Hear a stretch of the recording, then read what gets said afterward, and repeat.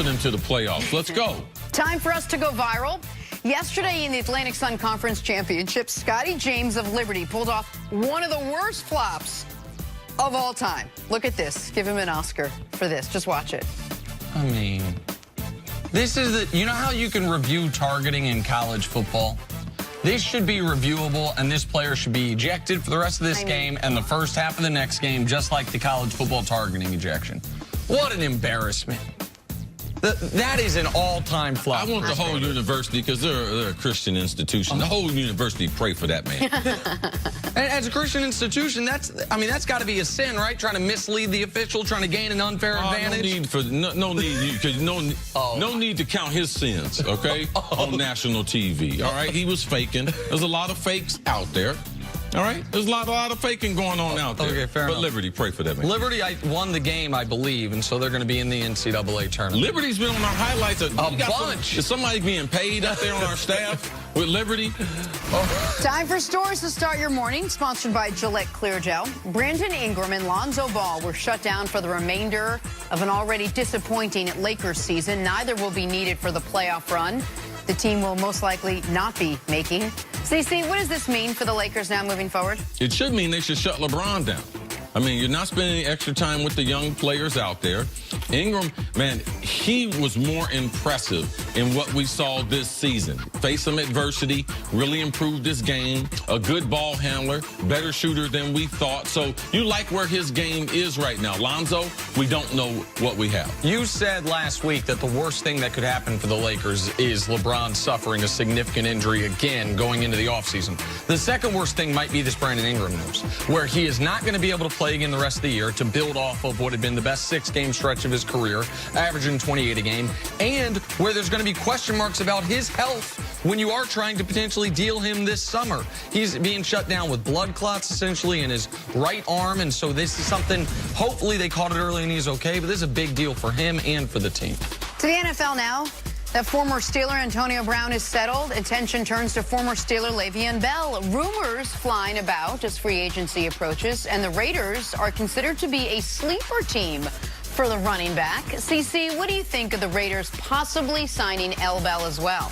I like L. Bell. He's a great football player. We haven't talked about how good he is as a running back. I mean, he is a generational talent. Best all-round back that we have in the NFL. Running the ball out of the backfield, he's the best. But the Raiders have more holes than that. That's the only reason why I don't want him on the Raiders. Man, they need a pass rusher. Oh, Khalil Mackey's not there anymore. They need a playmaking safety. They need offensive line help. So I don't have a problem with him and AB being back together. My problem is they have huge gaping holes on that football team. A running back of his caliber tends to be a luxury in today's NFL, and the Raiders are a team where they don't have so much cap space that they can afford that type of luxury before they address the other major issues on their team.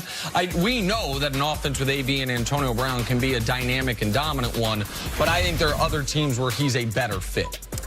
All right, speaking of AB, the Steelers sending their very disgruntled star wide receiver out west to the Raiders. In return, they'll get a 3rd and 5th round pick, and they're hoping a much quieter, calmer locker room. Brown got his money. The Raiders gave him a new contract, $30 million guaranteed, up to $54 million. Nick, did AB provide a blueprint now for players moving forward? I'm not happy. I want out. This is how it works. This is what I think. I think there are very few players that check all the boxes AB did, which is the level of production, the consistency of production, the clear steel will to, at least whether he was bluffing or not, just say, maybe I'll just retire. Like, you've got to have made a lot of money. So if the team calls your bluff, it's a credible bluff, all those things. But he's not the only player in the league that checks those boxes. And we live in a world where 10 months ago, the power dynamic in the NFL was as such that Aaron Rodgers couldn't even keep the quarterback coach he wanted. And 10 months later, Antonio Brown, no shows, no calls, week 17, acts a fool in the media, submarines his team's trade value, or his trade value for his preceding team, and gets exactly what he wants. Exactly. And the team that gets him has to give up minimal compensation. They then give him a new contract. He goes where he wants. So I don't think there's a long list of players that could exert this type of pressure. But he's not one of one.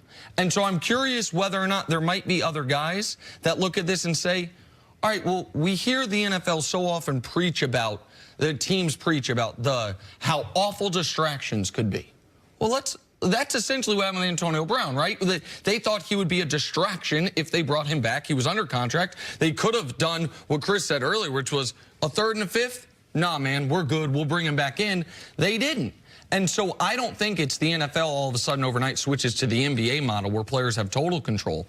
But this is more power than we've seen a player be able to exert in quite some time. And I don't think he'll be the only person that tries this route. Whether or not it's successful or not, we'll see. Of course, our fans who watch the show won't be surprised by this, but Nick and I are on total different spectrums. I don't believe this will happen again for a number of reasons. For one, organizational-wise.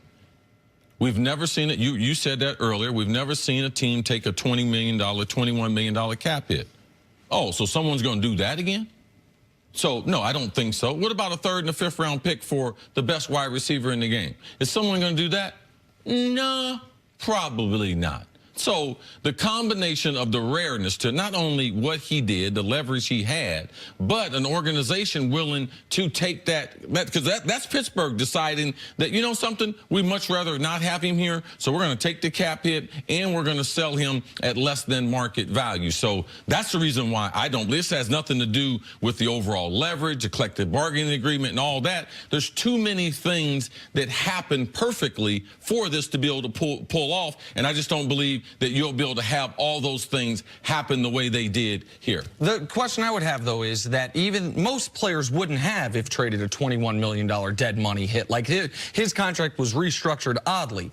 And you would think most guys that don't necessarily have some of the erratic behavior of Antonio Brown of his caliber would get more than a third and a fifth. So I'm not saying the model of the team takes a huge cap hit and gets no trade compensation. I'm simply saying if a player that has a reasonable contract that would fetch maybe a first-round pick just says, I don't want to play here anymore, will we see that happen? Because we see it happen often in other sports, almost never in the NFL. Antonio got traded despite the cap hit stuff, despite the erratic behavior. So a guy that maybe has a cleaner rap sheet, not rap sheet's the wrong word, but a cleaner record, if you will, and it doesn't have a contract structured that way, he would be more attractive and I think more likely of a candidate than Antonio. I think Antonio, if Pittsburgh would have gone to him and offered him the same deal, he would have stayed in Pittsburgh.